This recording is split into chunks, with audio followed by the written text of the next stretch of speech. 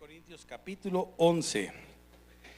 Vamos a ver en esta mañana un tema muy importante acerca de lo que es el pacto. Y tenemos que entender en todos los conceptos qué tiene el pacto, cómo se maneja el pacto, qué es lo que lleva, todas las cosas que el Señor nos habla. Vamos a tener un buen tiempo de aquí hasta más o menos hasta finales de noviembre para que después entremos al aniversario. Y yo quiero que en esta mañana leamos en el capítulo 11 de Primera de Corintios el versículo 23 al 26. Ese va a ser nuestra base. ¿Por qué quiero poner esto como base? Porque esto lo escribe el apóstol Pablo. Y el apóstol Pablo, después vamos a ver los pasajes de Mateo capítulo 26, Marcos capítulo 14 y Lucas capítulo 22 que tienen relación con lo que vamos a leer, ¿sí? Pero quiero decirle primero esto. El apóstol Pablo no estuvo en la cena del Señor. Él personalmente conoce a Cristo cuando él persigue a la iglesia. Pero esta revelación que él tiene es algo que muchas veces nosotros tenemos que analizarlas porque es muy importante entenderlo, ¿sí? A la luz de la palabra del Señor, muchas cosas que él escribe, el apóstol Pablo, las escribe porque dice la palabra del Señor por revelación. Entonces le voy a invitar que se ponga de pie para que leamos del versículo 23 a el 26 de 1 de Corintios 11. ¿Ya lo tienen ahí? Dice la palabra del Señor así, todos juntos. Dice, porque yo recibí del Señor lo que también os he enseñado, que el Señor Jesús, la noche que fue entregado, tomó pan. Y habiendo dado gracias, lo partió y dijo, tomad, comed. Esto es mi cuerpo que por vosotros es partido. Haced esto en memoria de mí. Asimismo, tomó también la copa después de haber cenado, diciendo, esta copa es el nuevo pacto en mi sangre. Haced esto todas las veces que la bebiereis en memoria de mí. Así pues, todas las veces que comieres este pan y bebieres esta copa, la muerte del Señor anunciáis hasta que Él venga. Padre, en esta hora te pedimos que nos hables a nuestras vidas, a nuestros corazones, que acomode nuestros pensamientos de acuerdo a tu palabra. Queremos pedirte la guianza, Señor, y la intervención de tu Espíritu Santo, Señor. Este es un tiempo glorioso para esta casa. Ese es un tiempo en el que nosotros podemos discernir entre lo bueno y lo malo, Señor, y saber, Señor, entender las cosas que vienen escritas en tu palabra y entenderlas de la manera, Señor, sabia y prudente, Señor, para no ser engañados en estos tiempos peligrosos. Así que en esta tarde, Señor, bendice la vida de tus hijos en el nombre de Jesús y manifiéstate en ellos, en el nombre de Jesús. Amén. Siéntese, por favor. Ok. Vamos a hablar de este tema que les dije que se llama el pacto, más bien el nuevo pacto, ¿sí? Y una de las cosas que nosotros tenemos que analizar acerca de todo esto es que cuando nosotros hablamos de pacto, luego lo que pensamos es la cena del Señor. Hoy ya no pude avisar que tomáramos hoy la cena del Señor, pero el próximo domingo lo vamos a hacer. El próximo domingo tomaremos la cena del Señor, pero es muy importante entender qué es lo que hacemos. ¿Estamos aquí? Ahora, esto que tiene que ver con todo lo que nosotros podemos ir creciendo. Entonces, este tiempo, ¿sí? Después de la pandemia, las cosas cambiaron, ¿sí? La vida ya no volvió a ser igual. Tuvimos que hacer un reajuste en muchos sentidos de nuestras vidas. Usted sabe que en ese tiempo, durante la pandemia, ¿sí? Se incrementaron mucho los divorcios. Por si no lo sabía, pues entérese, ¿sí? Entérese y sabe por qué, cuál fue la causa del divorcio. El convivir mucho tiempo en los hogares. Y esto es algo que muchas veces como que de repente dicen, bueno, tiene lógica. ¿Por qué? Porque pues de repente el esposo dejó de ir al trabajo, se quedó en casa, la esposa también, estaban conviviendo, empezaron problemas, pleitos, todo ese tipo de cosas, y tanto encierro provocó que hubiera tanta fricción que muchas veces dijeron, ¿sabes qué? Creo que no nos aguantamos. Era siempre lo mismo, nada más que como no se convivía todo el tiempo con la misma persona. ¿Qué sucedió? Que ahora ya se dieron cuenta que realmente sí, como que a veces llegaron ciertas costumbres, ¿verdad? Y nos vamos acomodando a ciertas costumbres muchas veces como iglesia también, ¿sí? De repente decimos, bueno, vamos a ir al templo. ¿Qué hacemos en el templo? Lo que hacemos es llegamos, saludamos a los hermanitos, ¿no? Convivimos. Si viene mi cuate, me siento con mi cuate. Si no está mi cuate, pues me siento a ver con quién de repente puedo platicar.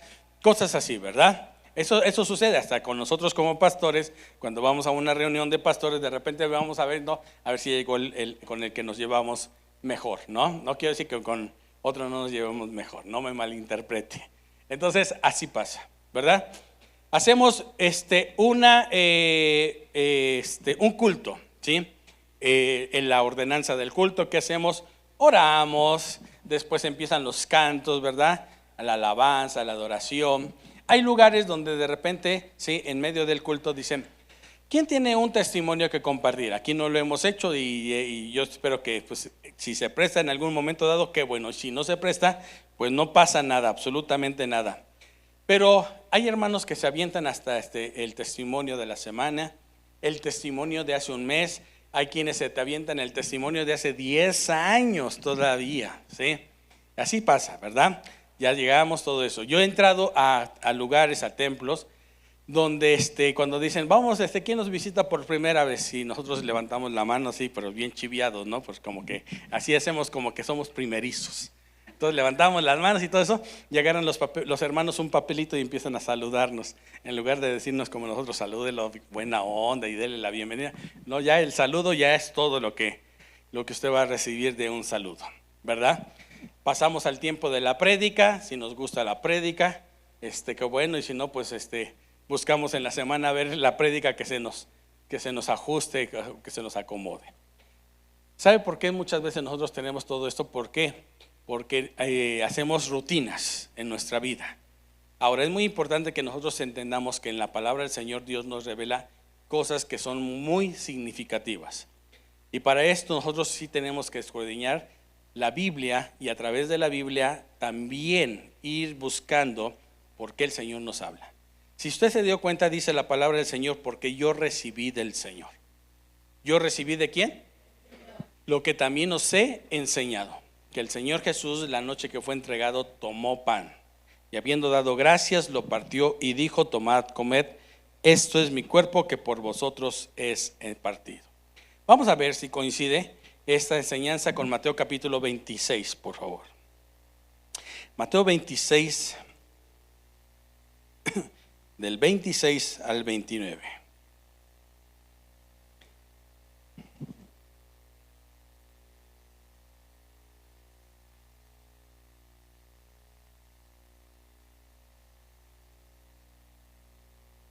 Mateo 26. Vamos a leer desde el versículo 20 al 29. ¿Ya lo tienen ahí? Mateo 26 dice: cuando llegó la noche se sentó a la mesa con los 12. Y mientras comían dijo: de cierto os digo que uno de vosotros me va a entregar. Y entristecidos en gran manera comenzó cada uno de ellos a decirles: ¿soy yo, Señor?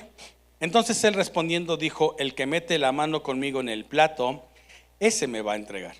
A la verdad, el Hijo del Hombre va según está escrito en él. Subraye eso, por favor, en su Biblia, porque es muy importante. ¿Había algo ya escrito para que eso se cumpliese? Sí. ¿Estaba escrito que el Hijo del Hombre tenía que ser entregado? Claro que sí. Si no, no lo hubiera dicho el Señor Jesucristo. Entonces, para la muerte del Señor Jesucristo también se tenían que cumplir ciertas profecías dichas por los profetas, claro, ¿verdad? ¿Y cuándo es como nosotros lo vamos a ir viendo? Ahorita lo vamos a ir viendo. Vuelvo a repetir. Él respondiendo dijo: el que mete la mano conmigo, ese en el plato, ese me va a entregar. A la verdad, el Hijo del Hombre va según está escrito en él. Y para eso les voy a decir que apunte la cita de Salmo 41, versículo 9. Ahorita lo vamos a leer. Salmo 41, versículo 9. Mas hay de aquel hombre por quien el Hijo del Hombre es entregado. Bueno le fuera a ese hombre no haber ¿qué? No haber nacido. Entonces respondiendo Judas, el que le entregaba, dijo: soy yo, maestro. Le dijo: tú lo has dicho. Y mientras comían, tomó Jesús el pan y bendijo y lo partió. Ahí me voy a detener un momento. Y mientras, ¿qué dice? Y mientras que, otra vez, y mientras que comía. Bueno, muy bien. Pregunta. Esto va a ser una enseñanza de aquí hasta que terminemos de hacer preguntas también. ¿Qué comían? ¿Qué comían en ese momento? Pan. Pero ¿qué es difícil llevarse mucho tiempo comer pan y tomarse una copita de vino? ¿Qué era? Bueno, en primer lugar, ¿qué es lo que estaban celebrando? ¿Qué se iba a celebrar? La Pascua. ¿De quién? La Pascua del Señor. ¿Cuándo se celebra por primera vez la Pascua? En la salida del pueblo de Israel de Egipto. ¿Qué se hace? Se toma un corderito de un año. ¿De cuánto tiempo? Sin mancha, macho. ¿Sí? Macho. Un corderito que no tuviera defecto.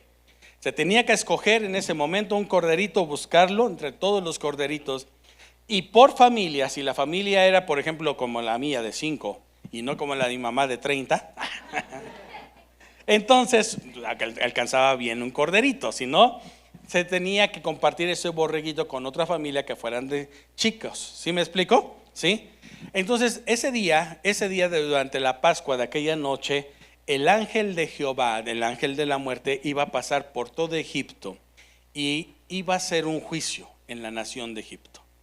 En los hijos de Israel, el que tuviera la marca de la sangre en sus dos dinteles y en su cabecera de su casa, el ángel no iba a entrar. Pero donde no estuviera la marca, el ángel iba a tomar una vida. ¿Cuál vida? La de los ¿qué? Primogénitos. ¿Qué significa primogénitos? El primer hombre, el primer varón. ¿Estamos de acuerdo hasta ahí, mis hermanos? Dígame si está de acuerdo conmigo. Ok. Bueno, entonces en ese momento la Pascua después se vino celebrando, ¿sí? Se vino celebrando de continuo, ¿sí? Y le dejaron de celebrar hasta que el pueblo fue llevado cautivo a Babilonia. Durante todo ese tiempo el pueblo de Israel ya fue una fiesta continua de cada año. ¿Cuándo se celebra la Pascua? Para nosotros muchas veces cae o en el mes de marzo o en el mes de abril, según el calendario que se acomode gregoriano, no el calendario judío. Para el calendario judío siempre va a ser el día 14 del mes de Nisan. ¿Qué mes?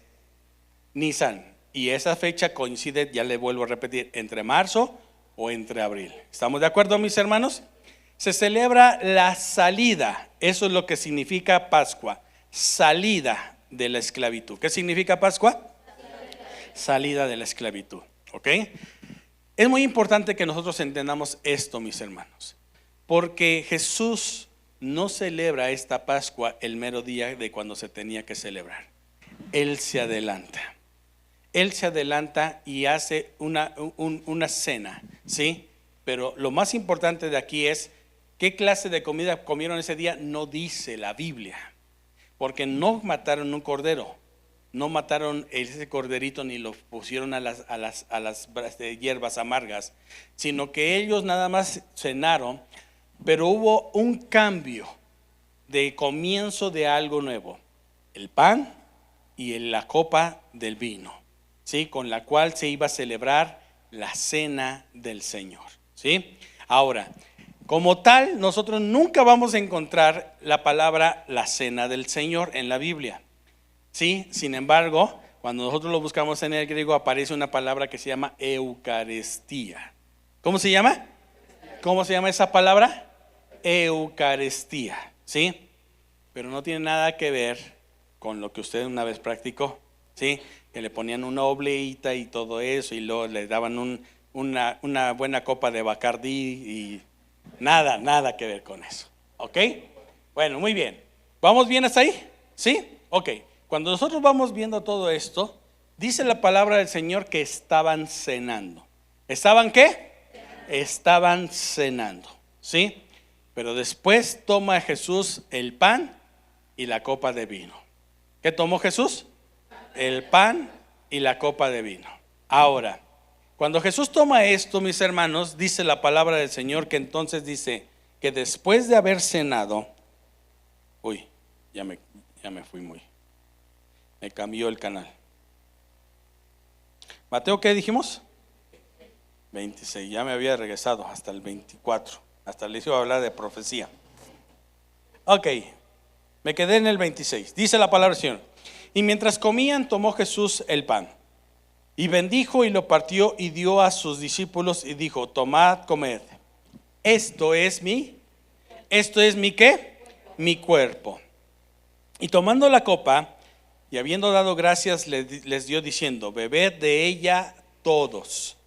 A ver, aquí todos compartieron una sola copa que tenía vino. ¿Estamos de acuerdo? Aquí nosotros, para facilitarlo, lo hacemos en vasitos, ¿sí? Y por algunas otras cosas, ¿sí? Porque a nadie nos gustaría tomar de lo que ya se pasó por 30, 40, 50, ¿no?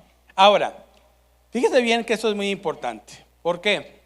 Porque, por ejemplo, hace unos años fuimos a un evento, me llevé a mis hijos, al pastor Irán, a algunos otros hermanos, y éramos un evento de 5,000 personas, 5,000 personas. Y ese día a todos nos dieron la cena del Señor.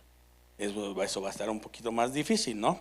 Pero cuando regresamos todos de la comida ese día, ¿sí? En nuestro lugar ya estaba un vasito con lo que parecía jugo de uva y pegadito arriba una galletita, ¿sí?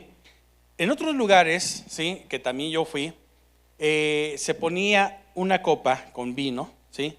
Y se partía el pan en pedazos y se pasaba por los lugares, nos tomábamos un pan, nos formábamos, la copa estaba hasta adelante y nada más lo único que hacíamos era mojar el pan con el vino y después esperar las instrucciones para tomarlo. ¿Estamos aquí? ¿Sí? En otros lugares muchas veces nosotros empiezan a hacer así una ceremonia de 3 horas, 4 horas para nada más llegar al momento de tomar la copa y ponen unas tablas donde la gente se tiene que poner de rodillas para tomar la cena del Señor, ¿sí? Ahora, usted no ve en la palabra del Señor cómo el Señor dice que se tenga que hacer o qué ritual se tenga que hacer. Simple y sencillamente estaban cenando, ¿ok? ¿Alguien sabe cómo comen los judíos o cómo es la costumbre de comer de los judíos antiguamente? Ellos no se sentaban en mesas, ellos se recostaban en una como tipo mesita chiquita que llegaba casi al ras del suelo, con una altura más o menos de 20 centímetros. Recostados ellos estaban así, se acomodaban muchas veces hasta con un cojín, ¿sí? Y así tomaban ellos con sus alimentos. ¿Estamos aquí, mis hermanos? ¿Por qué le digo todo esto? Porque muchas veces, ¿sí? Hacemos una doctrina que no es ni bíblica. Si no la tomamos de rodillas, Dios no nos perdonó. Si no hacemos esto, Dios no nos perdonó, ¿sí? Un día, en otra ocasión, no hubo para comprarse el jugo de uva y se trajo Pascual Boing de sabor de uva. Ahora, usted pregunta, pastor, ¿y eso es válido? Porque esto es algo que nosotros tenemos que entender. Es un simbolismo nada más. ¿Es un qué? ¿Es un qué? Es un simbolismo, ¿sí? Un día vamos a tomar la cena con vino tinto, ¿sí? Pero de buena calidad. Pero no espere que hagamos clericol. ¿Estamos aquí, mis hermanos? Ahora, si nosotros vemos todo este tipo de cosas, lo único que tenemos que entender es cómo el Señor lo recibe el apóstol Pablo y lo hace con sus discípulos. Para Cristo era lo importante que ellos entendieran el simbolismo del pan y del vino. ¿El simbolismo de qué? Del pan y del vino. Ahora, número 1, el pan no es el nuevo pacto. El pan es el símbolo nada más de lo que Cristo iba a padecer en la cruz del Calvario. ¿Cómo es esto? Haciéndolo pedazos, haciéndolo en varias partes. ¿Estamos aquí? ¿Estamos aquí, mis hermanos? Ahora, la Pascua se debe de celebrar con un corderito, ¿cierto o no es cierto? Pero el cordero tiene que ser desmembrado. Ya tiene mucho sentido, ¿sí? Ya tiene sentido de lo que el Señor es lo que quería que entendiéramos. Esto es mi cuerpo que por ustedes, que por mí es partido. ¿Es qué? Es partido. ¿Estamos hasta ahí bien? ¿Sí? Y dice que la palabra del Señor que tomaron todos y lo comieron. Y después dice la segunda instrucción. Voy en 27. Y tomando la copa, ¿qué dice? Y habiendo dado gracias, les dio diciendo: bebed de ellas todos, porque esta es mi sangre del nuevo pacto, que por muchos es derramada para remisión de pecado. Ahora la pregunta es, entonces, de estas dos cosas que se hacen durante la cena del Señor, ¿cuál es el nuevo pacto? ¿Cuál es el nuevo pacto? La sangre. ¿Cuál es el nuevo pacto? La sangre. La sangre es vital. Sácate la sangre de tu cuerpo. ¿Y qué va a suceder?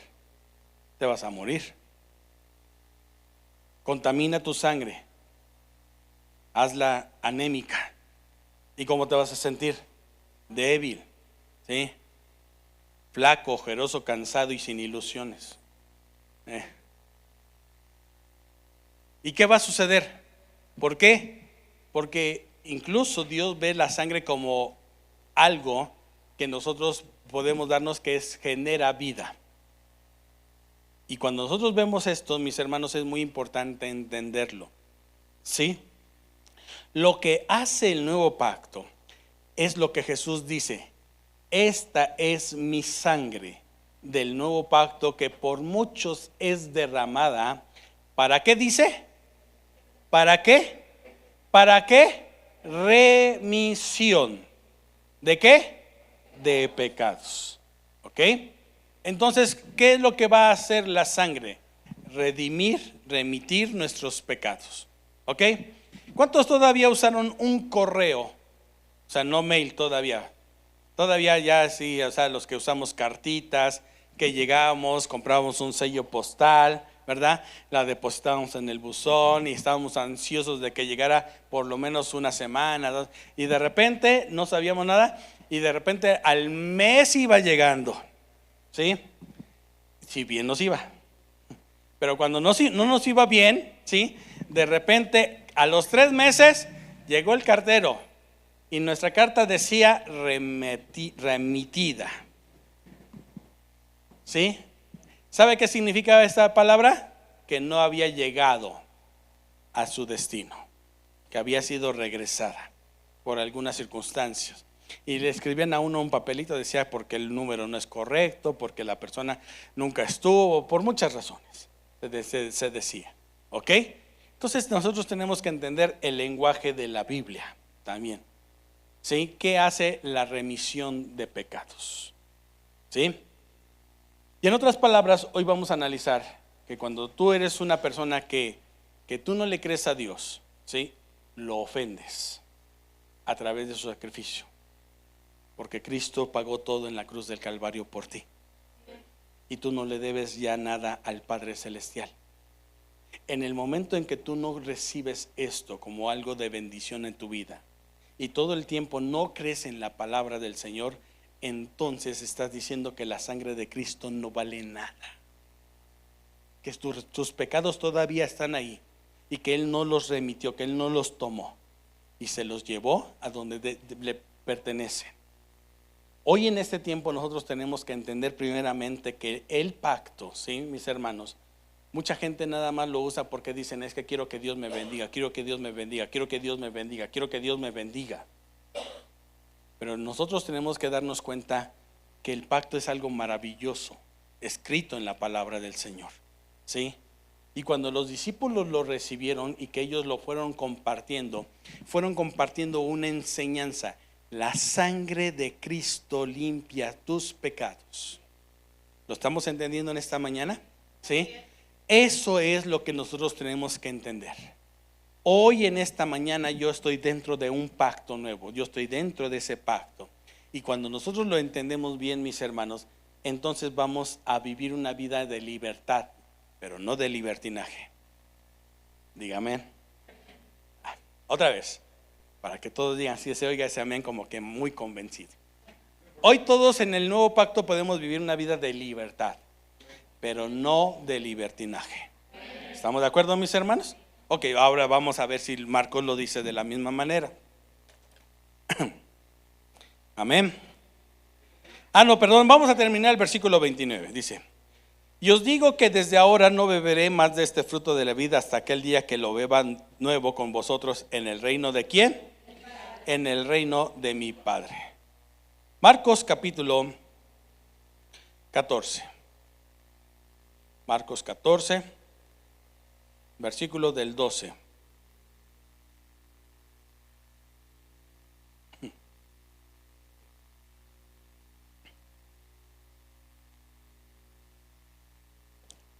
Ahora, tome en cuenta lo que Marcos escribe. Mateo, ya vimos cómo escribe Mateo y todo eso, están tomando la cena del Señor. Ahora, Marcos le añade un detallito más a esta parte, que es muy importante que la entendamos también. ¿Estamos aquí, mis hermanos? Dice, versículo 12: el primer día de la fiesta de los panes sin levadura. ¿Qué día? El primero de esa fiesta. No dice que era domingo aquí, sino que es el primer día que marcaba para las fiestas de los panes de levadura. Cuando sacrificaban el cordero de la Pascua, sus discípulos le dijeron: ¿dónde quieres que vayamos a preparar para que comas qué? La Pascua. Ponga atención en eso, ¿sí? Porque eso es muy importante entenderlo. Y por eso es que muchas veces nosotros, cuando no leemos con atención lo que los evangelistas escribieron, entonces caemos en el error de la enseñanza. ¿Ok? Yo le dije que Mateo está haciéndonos ver como que en un momento dado el Señor Jesucristo está tomando una cena, pero no el cordero. ¿Estamos aquí? ¿Sí o no? Ahora pongan atención en el versículo 13, dice: ¿dónde quieres que vayamos a preparar para que comas la Pascua? Y envió a 2 de sus discípulos y les dijo: id a la ciudad y os saldrá al encuentro un hombre que lleva un cántaro de agua, y seguidle. Y donde entrar, decirle al Señor de la casa: el maestro dice, ¿dónde está el aposento donde he de comer la Pascua con mis discípulos?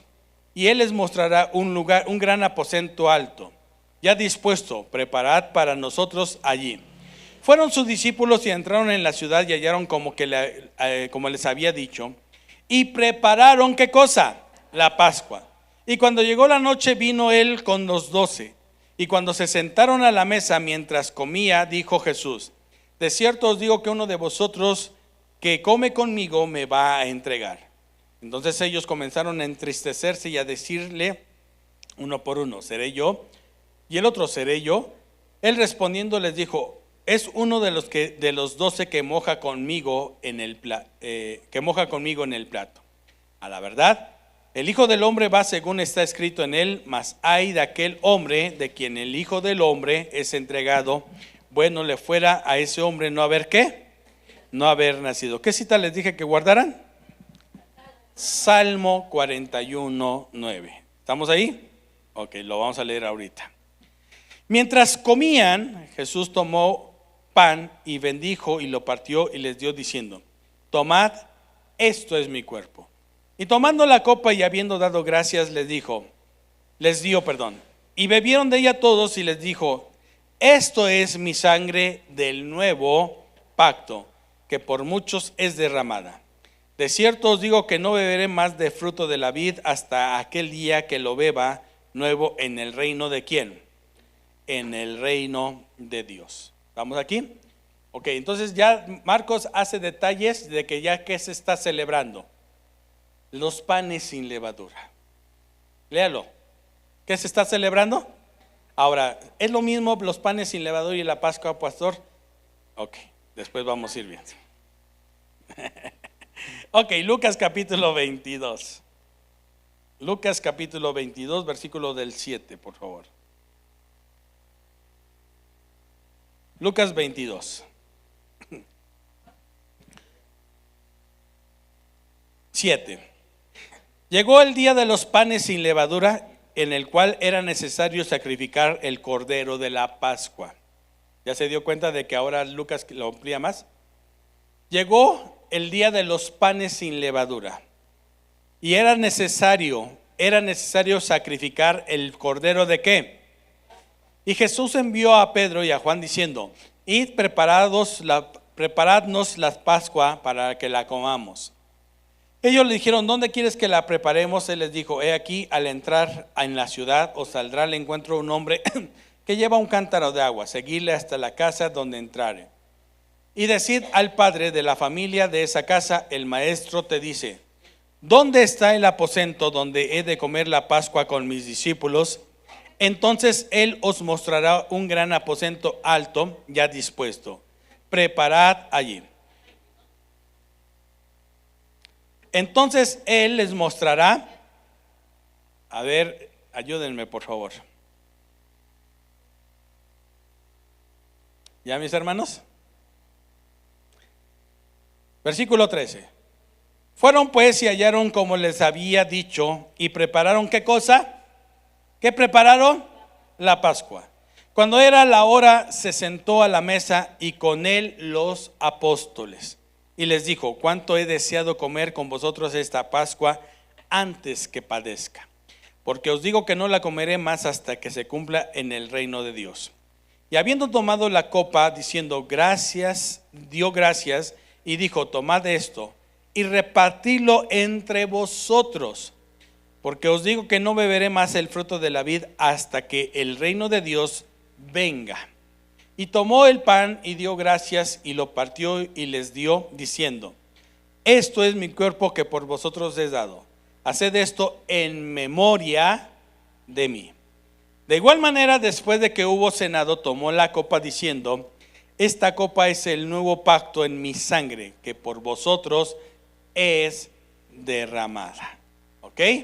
Bueno, muy bien. Ahora, ¿lo leyó bien todo? Según lo que leímos en 1 Corintios 11, ¿cuál de las tres citas se parece más a la que Pablo recibe? La de Lucas. La de Lucas. ¿Por qué? Porque Lucas escribe la historia de Pablo. Lucas era un médico, pero cuando Pablo él empieza su ministerio, se encuentra a este hombre que él es el autor de dos libros muy famosos, según el Evangelio de Lucas y según ¿quién? Los Hechos de los Apóstoles. ¿Sí? Los Hechos de los Apóstoles marcan una diferencia de lo que en un momento dado es la iglesia, cómo empieza la iglesia. Pero después, en los Hechos de los Apóstoles hablan más de lo que Pablo hace que lo que hace Pedro, los discípulos, y después empieza el ministerio de los gentiles, que es llevado por el apóstol Pablo. ¿Ok? Las dos cartas, tanto el Evangelio de Lucas como el libro de los Hechos, está dedicada a un hombre llamado Teófilo. ¿A un hombre llamado qué? Teófilo era un hombre de influencia romana, un alto funcionario en Roma. Y este hombre, ¿sí?, cuando se escribe el Evangelio de Lucas, ¿sí?, lo escribe Lucas para este hombre, dedicado para Teófilo, porque este hombre no creía en Jesús. Este hombre estaban persiguiendo a la iglesia. Entonces este hombre, en un momento dado, cuando se empieza el Evangelio de Lucas, hay una frase que dice: oh excelentísimo Teófilo. Lo trata como lo que él tiene, su cargo que él tiene en lo que es el Imperio Romano. ¿Estamos aquí, mis hermanos? A diferencia de cómo se escribe la dedicación en el libro de los Hechos, ya no le dice excelentísimo, sino le dice Teófilo, te he escrito. ¿Qué pasó? Un hombre, un funcionario se convierte por un evangelio. Y ahora le escribe lo que Jesús hizo a través de sus discípulos. Y lo que trata de enseñarle Lucas es cómo empieza la iglesia a ser una iglesia poderosa, a ser una iglesia llena del poder del Espíritu Santo. La promesa del nuevo pacto se cumple, pero se levanta un ministerio en los gentiles, alcanzando a Teófilo y llevando el evangelio por todo el mundo y enseñándoles el reino de Dios. ¿Estamos de acuerdo hasta ahí, mis hermanos? ¿Qué se enseñaba? El reino de Dios. ¿Y qué es lo que hacía la iglesia? Celebraba la Pascua. ¿Qué celebraba? La cena del Señor. Perdón, cambio. No celebramos Pascua, porque si no tendríamos que matar un corderito. ¿Qué celebramos? La cena del Señor. ¿Estamos aquí, mis hermanos? Ok. Una de las cosas que es muy importante es que nosotros entendamos que cuando hablamos de nuevo pacto tiene mucho sentido cuando decimos testamento, el Nuevo Testamento. Si no se llamara el Nuevo Testamento, se debería de llamar el Nuevo Pacto, ¿sí? Pero eso es lo que significa pacto, mis hermanos. Alianza, ¿sí? Alianza entre dos o más personas. ¿Sigue aquí conmigo? Ahora vamos a empezar a ver algunos de los detalles del nuevo pacto. Vámonos primeramente en esta mañana a Hebreos, por favor, capítulo 8. Hebreos capítulo 8, por favor.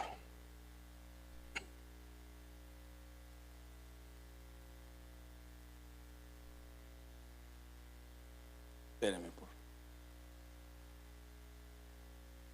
Hebreos.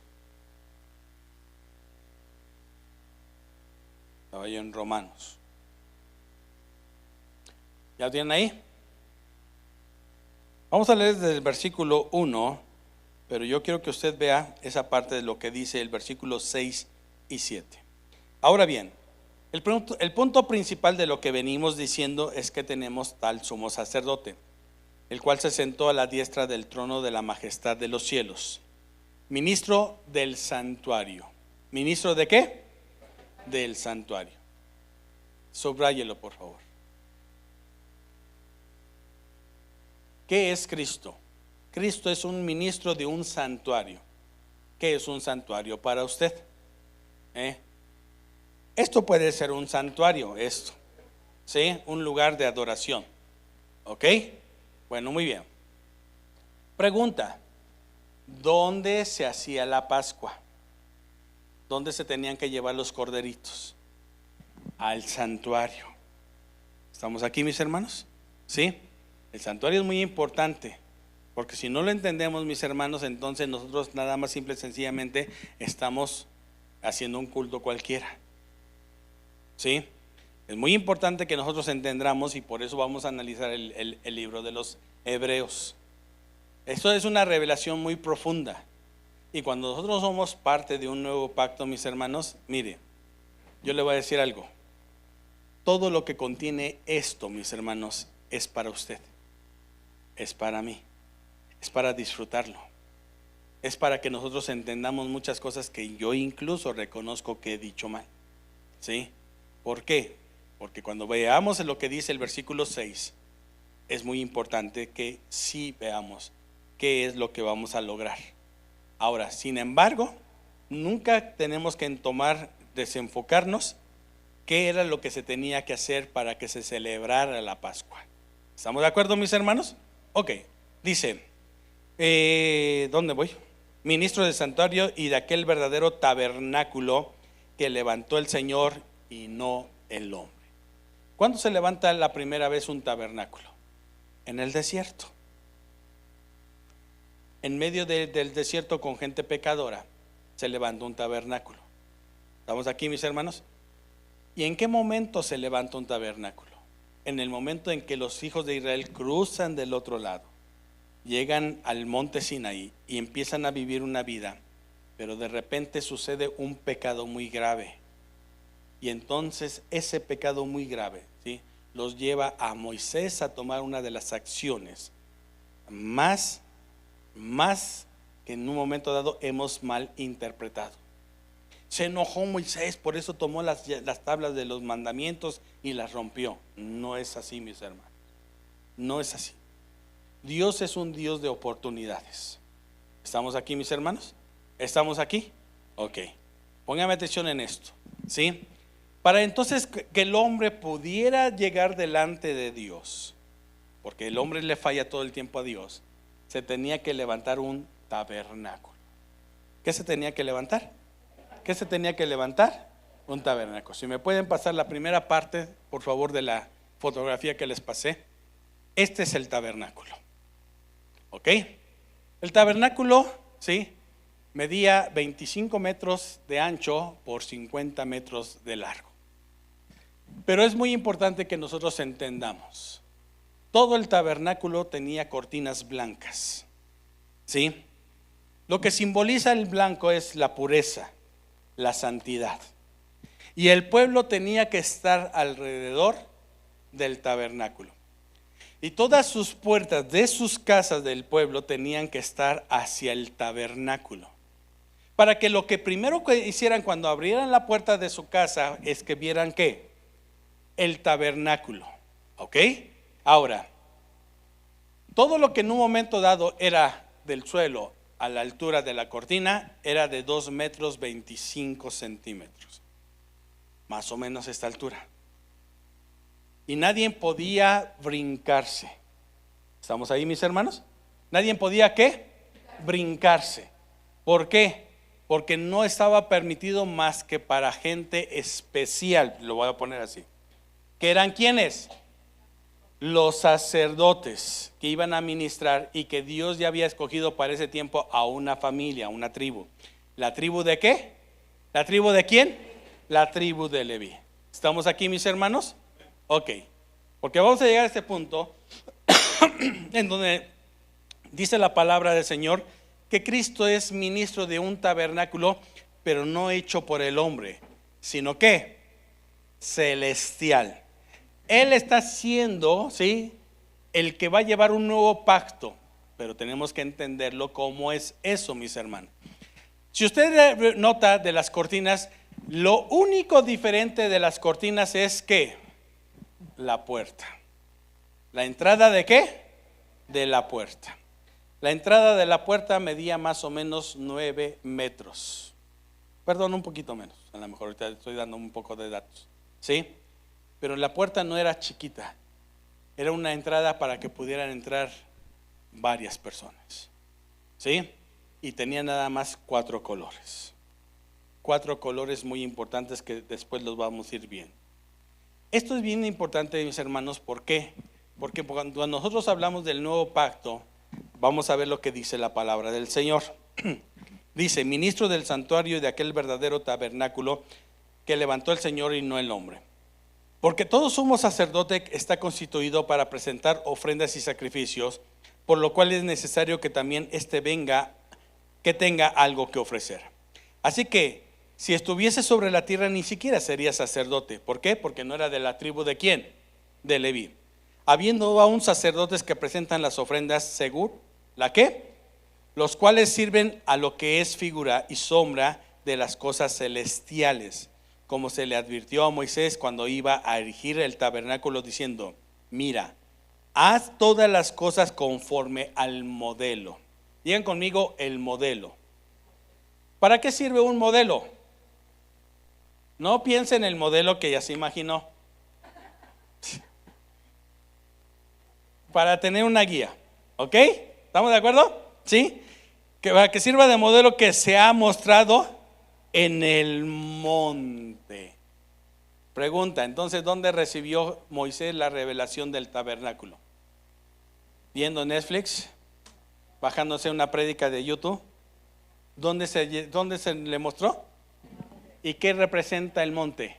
¿El lugar de dónde? Jesús iba al monte a orar. ¿Sí? El lugar que nosotros buscamos para... Ahora yo le hago una pregunta. ¿Quién ha subido por ejemplo, el cerro de aquí de Coacalco? ¿Cómo te llega hasta la punta? ¡Ay, qué bien me siento! No, hombre, 10 veces lo hago seguido. Uno ya llega... Cuesta trabajo subir el monte. Hay gente que quiere recibir revelación de Dios, pero no sube el monte. No quiere subir el monte. El pueblo así estaban por mucho tiempo. Y le decían a Moisés: sube mejor tú. Eso sí, le decían, porque nosotros aquí estamos bien en nuestra casa. ¿Tú quieres que Dios te revele cosas? Sube el monte.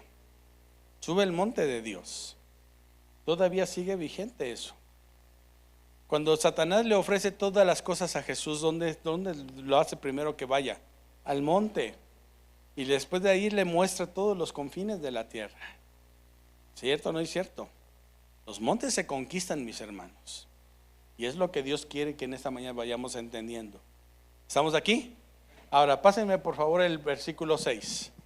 Dice: Pero ahora, tanto mejor ministerio es el suyo. ¿De quién está hablando? De Jesús. Pero ahora tanto mejor ministerio es el suyo, cuanto es mediador de un mejor ¿qué? Establecido sobre mejores promesas. ¿Ok? ¿Dónde está establecido sobre mejores promesas? El pacto de Cristo en el tabernáculo. Porque ahí se llevaba el animalito, ¿para qué? Para sacrificarlo. ¿Estamos aquí? ¿Sigue aquí conmigo, mis hermanos? Ok. Deuteronomio capítulo 28. Los dos primeros versículos, por favor. Deuteronomio capítulo 28. Los dos primeros versículos. Póngame atención a esto, dice. Ahora, ponga atención en lo que vamos a ver ahorita. Según lo que acabamos de leer, dice la palabra del Señor, que este nuevo pacto, ¿sí? Que nosotros podemos empezar a disfrutar, está establecido sobre mejores promesas. En su casa va a leer del 1 al 14 de Deuteronomio 28. Vamos a leer los dos primeros versículos que dicen así: acontecerá que si oyeres atentamente la voz de Jehová tu Dios, para guardar y poner por obra todos sus mandamientos que yo te prescribo hoy, también Jehová tu Dios te exaltará sobre todas las naciones. ¿De qué? Versículo 2. Y vendrán sobre ti todas estas bendiciones y te alcanzarán si oyeres la voz de Jehová tu Dios. Y hasta el versículo 14 dice: bendito serás en el campo, bendito serás en la ciudad, bendito será tu ganado, bendito será tu alacena. Usted lo va a encontrar. ¿Estamos hasta ahí? Versículo 15, por favor. Versículo 15. 28:15. Pero acontecerá que si no oyeres la voz de Jehová tu Dios, ¿qué dice? Dice para procurar. No dice para qué. Seas estricto en esto. Dice, para procurar cumplir todos sus mandamientos y sus estatutos que yo te intimo hoy. Ya no es, ya la cosa está cambiando aquí, que vendrán sobre ti todas estas maldiciones, y así te escondas hasta China, te va a alcanzar hasta allá. 14 versículos hablan de la bendición del Señor en Deuteronomio 28, y 54 versículos hablan de maldición en Deuteronomio 28. Ahora la pregunta es: los primeros 14 versículos todo el mundo los queremos, pero nadie quiere los demás. Ahora yo les hago una pregunta en esta tarde, mis hermanos. Si según lo que dice el autor de Hebreos 9:6, que Cristo es mediador de un nuevo pacto porque está sobre mejores promesas, ¿sí? Entonces, ¿se encaja esta escritura en nosotros? La respuesta es no. No. ¿Por qué? Porque vamos a ir dándonos cuenta de que esto era para el pueblo de Israel. ¿Era para el pueblo de quién? Porque todas estas bendiciones te van a alcanzar. Dice la palabra del Señor en Mateo 6:33: busca primero el reino de Dios y su justicia, y todo te viene por añadidura. Cambia la historia. Pero ¿cómo es posible que puede cambiar la historia? En un nuevo pacto, mis hermanos. Y hay que aprender a disfrutarlo. ¿Sigue aquí conmigo en esta mañana? ¿Le puede dar un fuerte aplauso al Señor? Déselo con ganas, hombre. Amén. Bueno, ahora sí, Hebreos capítulo 9. Hebreos 9. Y vamos a analizar en esta mañana. Si me pueden poner, por favor. Sí, Hebreos 9, del 1 al 5. Amén. Ahora pónganme atención en lo que vamos a ver a continuación. Y en cabina, por favor, las imágenes de lo que les mandé, por favor. Y pásenme primero el El primer tabernáculo. Ok, ¿ya lo tienen ahí? Hebreos capítulo 9, versículo 1 al 5. Dice, ahora bien, aún el primer pacto tenía ordenanzas de culto. ¿El primer qué? ¿Tenía qué cosas? Ordenanzas de qué? Y un santuario terrenal. Porque el tabernáculo estaba dispuesto así, o en otras palabras, estaba ordenado así. ¿Ok? En la primera parte, llamado el lugar santo, estaba el candelabro, la mesa de los panes de la proposición. Tras el segundo velo estaba la parte del tabernáculo llamada el lugar santísimo, el cual tenía un ¿qué? Un incensario de oro, y el arca cubierta de oro por todas partes, en la que estaba una urna de oro que contenía el maná, la vara de Aarón que reverdeció, y las tablas que estaban en el lugar santísimo. Tres cosas muy importantes: el maná, la vara que reverdeció de Aarón, y las tablas de ¿qué? Del pacto. Ahora dice la palabra del Señor. ¿Dónde me quedé? Ok. Y sobre ella los querubines de gloria que cubrían el propiciatorio, de las cuales cosas no se pueden ahora hablar en detalle. Ok, pásame la imagen del tabernáculo, por favor. No, del tabernáculo. Ok, ahí estamos, viendo el tabernáculo. ¿Cuántas cosas, según aquí nos acabamos nosotros de leer, que estaban en el lugar santo y el lugar santísimo? Ahora, el lugar santo no es el patio. El lugar santo empieza desde donde está la cortina, ¿sí? Con esas 5 columnas paradas ahí. Ahí empezaba el lugar santo.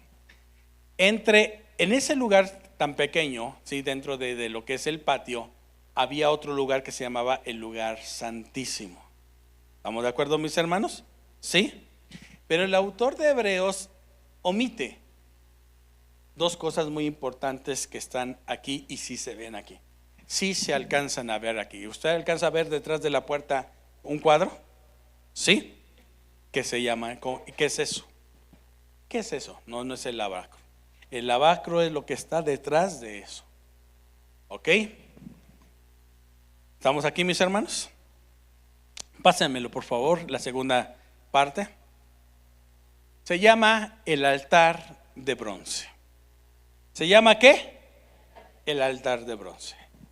Cuando llegaban todos para renovar su pacto en el Antiguo Testamento, llegaban con un corderito de 1 año. ¿Vamos bien hasta ahí? Celebraban la Pascua del Señor. ¿Vamos bien hasta ahí, mis hermanos? Ok. El corderito era degollado, no le metían el cuchillo en el corazón, era degollado. ¿Era qué? Degollado. Y en el momento en que la sangre empezaba a correr, no se dejaba no se ponía en vasijas, se dejaba caer en el suelo. Ahora yo le hago una pregunta: ¿los sacerdotes se iban a ensuciar? Sí, se iban a ensuciar. ¿Se iban a manchar sus manos de sangre? Claro que sí. Pero había algo muy especial que después lo vamos a ir viendo. En esta parte de lo que es el altar de bronce, en las 4 esquinas hay algo especial que se llaman los cuernos. Hazle 4 cuernos. Y estos 4 cuernos se mencionan 2 veces en la Biblia.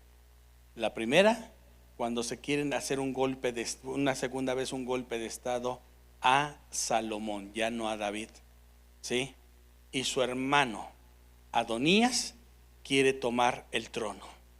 Y cuando es descubierto, dice la palabra del Señor, que entonces Adonías corrió al templo, se metió sin permiso y se aferró al cuerno, a una de las esquinas. Y en misericordia Salomón le perdona la vida. Pero cuando después David le dice a Salomón: mira, yo ya voy a partir, ahora tú tienes que hacer lo siguiente para que no tengas problemas en tu reinado: tienes que matar a Joab. porque ha sido un hombre sanguinario, ha sido una persona rebelde, provocó un golpe de estado con Absalón, y esta persona no puede estar en tu reino. Entonces, cuando Joab había visto que Adonías le había dado resultado haberse aferrado al cuerno, él quiso hacer lo mismo. Y dice la palabra del Señor que entonces llegó el soldado y le dijo a Salomón: está agarrado del cuerno, ¿qué hago? Y Salomón le dice: mátalo ahí mismo, mátalo en ese lugar. Y entonces Salomón destruye a un primo de él, a un general del ejército de David. Pero hay una razón de esto, mis hermanos: la rebeldía. La rebeldía no puede tocar ese lugar en donde nosotros vamos a llevar, ¿sí? O se llevaba más bien el sacrificio, para que la persona empezara a ser perdonada de su pecado.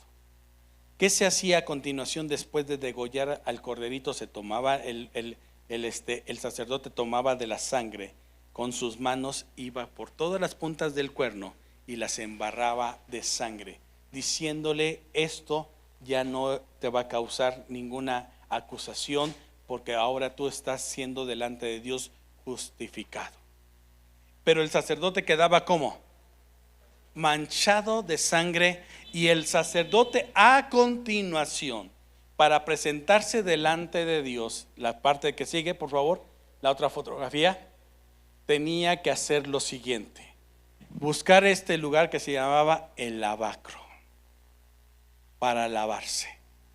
Antes de que llegara a este lugar el sacerdote, lo primero que hacía, ¿se acuerda que en esos tiempos pues no existían hoy los espejos, verdad? Como hoy, ¿verdad? Hoy es una combinación, en el vidrio se pone ciertas sustancias y se ve el reflejo de la persona.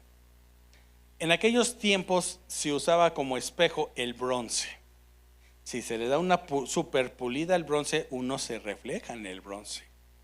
¿Estamos aquí, mis hermanos? Sí. Y con el efecto del agua, el sacerdote se veía donde estaba manchado de todo lo que en un momento dado se había hecho del sacrificio anterior. Esto es muy importante que nosotros lo entendamos, mis hermanos, porque si nosotros no lo entendemos, entonces no vamos a comprender, y simple y sencillamente lo que está sucediendo en la cena del Señor, pues es un ritual.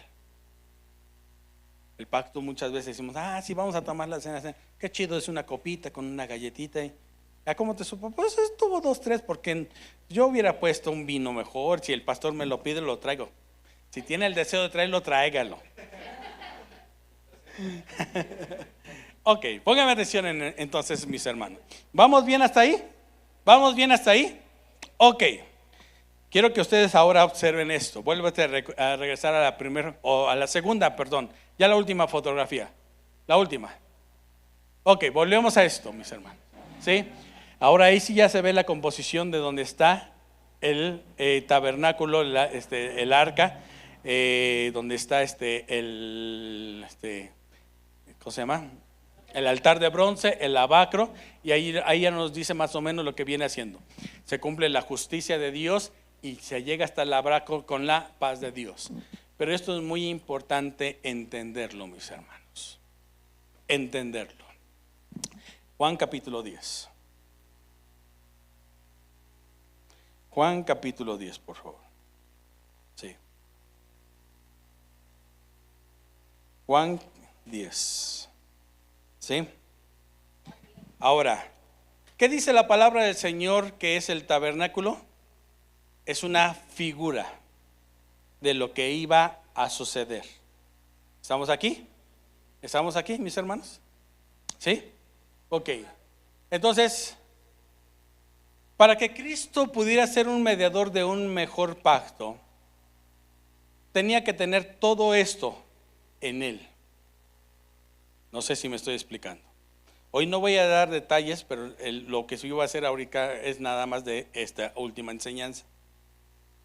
El detalle de lo que es esto, que es donde tenemos que hacerlo correctamente: la puerta. ¿Ok? ¿Estamos aquí? ¿Sí, mis hermanos? Si usted va a Israel en algún viaje, que nos invite, con gusto vamos. Usted tiene que entender algo. La gente no le va a entender el lenguaje cristiano. ¿Por qué?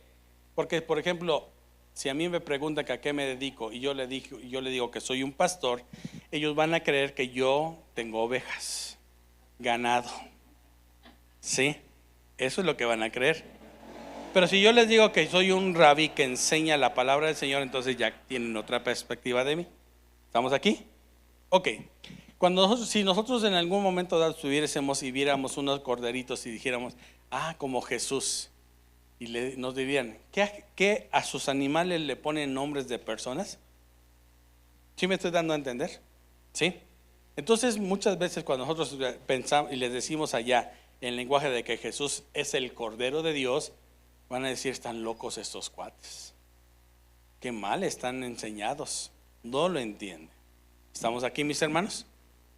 Ahora, el punto que yo quiero que ustedes entiendan es esto, mis hermanos. ¿Por qué nosotros tenemos que darnos cuenta, sí, de que dónde se sacrificaba el animalito? En el altar de bronce. Pero ¿cómo entraba y por dónde entraba el animalito? Por la puerta. ¿Está aquí conmigo? Juan capítulo 10. De cierto os digo que el que no entra por la puerta del redil, en el redil de las ovejas, sino que sube por otra parte, ese es ladrón y salteador. Mas el que entra, ¿dónde estoy? Mas el que entra por la puerta, el pastor de las ovejas es. A este abre el portero y las ovejas oyen su voz, y a sus ovejas llama por su nombre y las saca. La persona no llegaba al tabernáculo y él decía, a ver, denme chance, yo abro la puerta y entro con mi oveja. En las puertas habían sacerdotes que ellos decían, antes de que entrara, primero voy a revisar tu corderito, si viene bien. Yo lo reviso, no trae defecto, entonces te abro la puerta para que entres con él y lo vayas a ofrecer. ¿Estamos aquí, mis hermanos? ¿Sigue aquí conmigo? Ok. Entonces dice la palabra del Señor. ¿Quién abre la puerta? El portero. Y las ovejas oyen su voz y sus ovejas llama por su nombre y las saca. Y cuando ha sacado a todas, fueras a todas las propias, va delante de ellas y las ovejas le siguen porque conocen su voz. Mas al extraño no seguirán, sino que huirán de él porque no conocen la voz de los extraños. Esta alegoría les dijo Jesús, pero ellos no entendieron qué era lo que les decía. Qué interesante, ¿no? Versículo 7. Volvió pues Jesús a decirles, de cierto os digo, yo soy la puerta de las ovejas. Yo soy la puerta, el tabernáculo, por favor. ¿De quién? De las ovejas. Versículo 8 dice, todos los que antes de mí vinieron, ladrones son y salteadores, pero no los oyeron las ovejas. Y no se refiere a los levitas originales, se refiere a los que habían usurpado el lugar, que ahora estaban sacrificando, pero habían comprado ese título de sacerdotes. ¿Ya lo están entendiendo en esta tarde, mi hermano? ¿Por qué Jesús llegó en el momento justo? ¿Por qué Jesús no apareció en el reinado de David, no apareció durante los reyes? ¿Por qué llegó en el momento justo?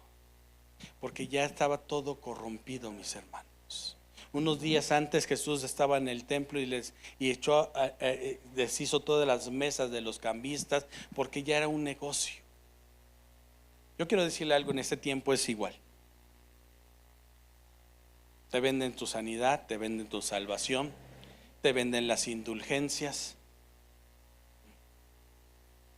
Es el tiempo en que la iglesia sepa, mis hermanos, que realmente vive, si realmente está disfrutando de un nuevo pacto.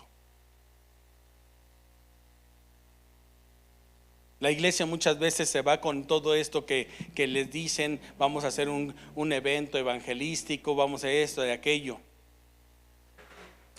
Pero su vida no tiene impacto en su vida porque no ven lo que el Señor tiene para sus vidas, mis hermanos. Cuando tú entiendes que Jesús ganó para ti mejores promesas, no las sabes disfrutar, mi hermano. Decláralo, decrétalo, y estás con ese tipo de enseñanzas mentirosas que el enemigo ha tenido y ha traído. Pero cuando tú ves esto desde un principio y cómo entras y lo haces correctamente, la bendición de Dios te alcanza. Porque lo tenemos que aprender a hacer correctamente. No podemos llegar, quitar, abrir y hacerlo como lo hizo Joab o lo hizo Adonías. Cuando nosotros traemos algo al Señor, se lo debemos de dar de corazón. En la mañana les estaba explicando el por qué los hijos de Aarón habían muerto. Había caído fuego y los había consumido.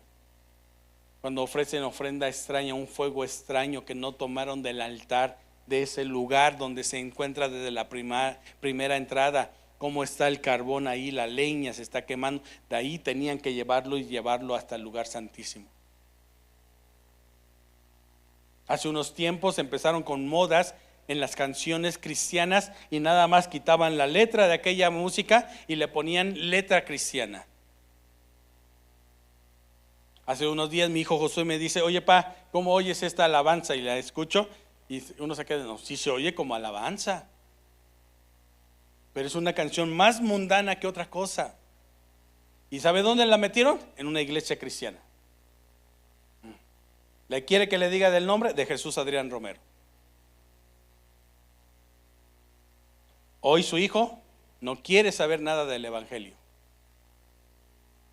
Vestido de darqueto el muchacho. Todo lo que su padre un día le enseñó no tiene valor para él. Pero hace un tiempo él dijo que celebrar Halloween en las iglesias no era nada malo, que Dios por eso nos había redimido, torciendo lo que estamos viendo, las enseñanzas de la palabra del Señor. Es el tiempo que nosotros entendamos de hacer las cosas correctamente, porque esa bendición es para ustedes, para mí. Y Cristo la hizo para que fueran en mejores promesas, mi hermano. Mi sanidad ya se ganó en la cruz del Calvario, pero cuando yo entiendo quién es desde la entrada, Jesús es la puerta. Y para entrar a recibir todo lo que Él tiene para nosotros, ¿entras por la puerta o no entras por la puerta, mi hermano? Eso es hacer lo correcto. Y se logra vivir una vida en paz con Dios. Por eso Jesús dice aquí: todos los que antes de mí vinieron ladrones son y salteadores, pero no los oyeron las ovejas. Versículo 9: yo soy la puerta, el que por mí entrare será salvo, y entrará y saldrá y hallará pastos. El ladrón no viene sino para hurtar, matar y destruir. Yo he venido para que tengan vida, y vida, mejores promesas. Mejores promesas, mi hermano. Vida en abundancia. ¿Hablará de la salud ahí? ¿Hablará de la paz de tu familia? Sobre mejores promesas. Romanos, por favor, ya para terminar. Romanos capítulo 3, versículo del 23 al 26. Esto nada más fue la introducción. Hace tiempo, hace como 10 años, me regalaron este libro en un evento de pastores. Y cuando lo vi dije: hijo, no creo que lo pueda leer. Pero realmente este libro habla nada más de la carta a los hebreos. Este solo libro. Si usted lo quiere, cómprelo. Se llama Comentarios Bíblicos con Amplificación a la carta a los hebreos. Está muy bueno. Detalles que el Señor nos puede hablar. Sí, lo estudié. Por eso es que muchas veces nosotros tenemos que darnos cuenta de que a veces hacemos cosas que nos enseñaron mal. Y yo me incluyo ahí. ¿Pero lo podemos corregir? Claro, claro que lo podemos corregir. Romanos capítulo 3, versículo del 23 al 26. Romanos 3, 23 al 26. Por cuanto todos pecaron y están destituidos ¿de qué? Después dice el versículo, dice, siendo justificados, te va a costar una buena ofrenda. ¿Así dice? Siendo justificados por su gracia, mediante la redención que es en Cristo. ¿Dónde se hace la redención? En Cristo Jesús, a quien Dios puso por propiciación, por medio de la fe en su sangre, para manifestar su justicia a causa de haber pasado por alto en su paciencia los pecados pasados, con la mira de manifestar en este tiempo su justicia, a fin de que Él sea justo y el que justifica al que es de la fe de Jesús. El que justifica al que es de la fe ¿de quién? Al que es de la fe de Jesús. ¿Y cuál es esa fe de Jesús?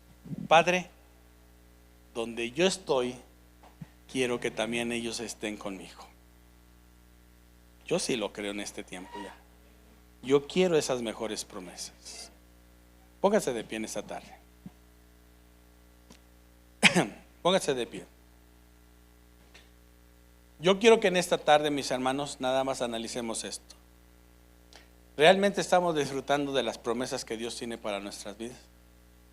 ¿Realmente nosotros estamos en ese mejor pacto que Él nos dice en su palabra?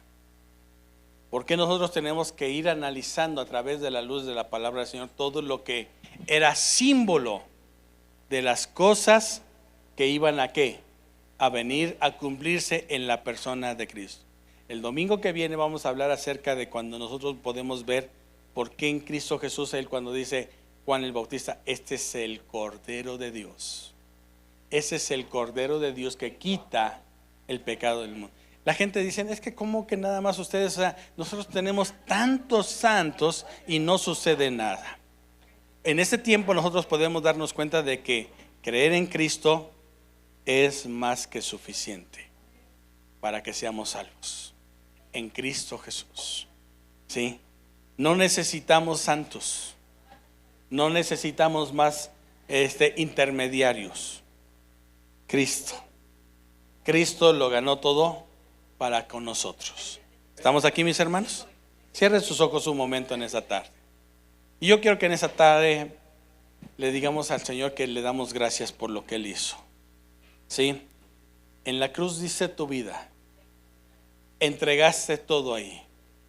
Vida eterna entregaste al morir. Yo sí lo creo en esta tarde. Si usted no ha aprendido y el diablo lo ha estado diciendo, mira, tienes que hacer muchas cosas, tienes que tener estos requisitos, y hemos permitido que el diablo nos esté engañando, es porque no hemos conocido lo que Cristo ganó para nosotros más bien, en la cruz del Calvario. Cierre sus ojos un momento en esta tarde y empiece dándole gracias a Dios por lo que Él ya ganó para usted en esa cruz, por lo que Él hizo posible para usted en esa cruz. Empieza a abrir sus labios en esta tarde y dígale, Señor, gracias. Gracias por todo lo que ganaste en esa cruz. Gracias, Padre Celestial, porque sin ti esto no sería una realidad. Ahora, yo le voy a pedir algo más en esta tarde. Pero dígale en esta tarde al Señor, Señor, pero quiero aprender a disfrutarlo. Quiero aprender a compartirlo, Señor. Quiero aprender, Señor, a darlo. Porque yo sé que es mucho para mí. Y yo quiero compartirlo, Señor. En esta tarde, Padre Celestial, estamos delante de ti. Hoy, Señor, venimos delante de tu presencia, Señor, sabiendo que tú lo ganaste todo, Señor.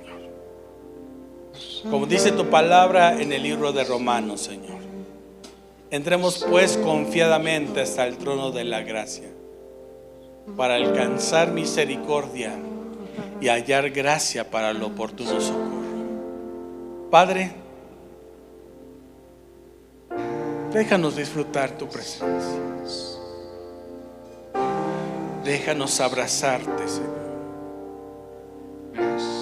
Permítenos tocar tu corazón, Señor. Permítenos, Señor, como ese niño que disfruta de su padre cada momento. Déjanos correr a tus brazos de amor. Hoy tú puedes hacerlo en esta tarde, lo puedes disfrutar. El Señor te ama. Él te ama desde antes de la fundación del mundo. Todo lo ganó en la cruz del Calvario. ¿Por qué no lo empiezas a disfrutar en esta tarde? Y decirle, Señor, yo quiero vivir una vida, Señor, sin carga. Porque tú también para eso apareciste, para llevarte todo a esa cruz. Y hoy estamos aquí, Señor, justificados pues por la fe. Estamos en paz por medio de nuestro Señor Jesucristo. Dele gracias, tómese un minuto en esta tarde y empieza de esta tarde a decirle, Señor, quiero aprender a vivir este pacto. Quiero disfrutar de todo lo que tú tienes en este pacto, Señor. Porque tú dices en tu palabra, Señor, que está fundado, está basado sobre mejores promesas. Y empieza a decirle, Señor, y revélamelas en el nombre de Jesús, para que yo viva, Señor. Yo viva en esa gracia. Bendito eres. Vamos. Sí, Señor, desde la 1. Me has tomado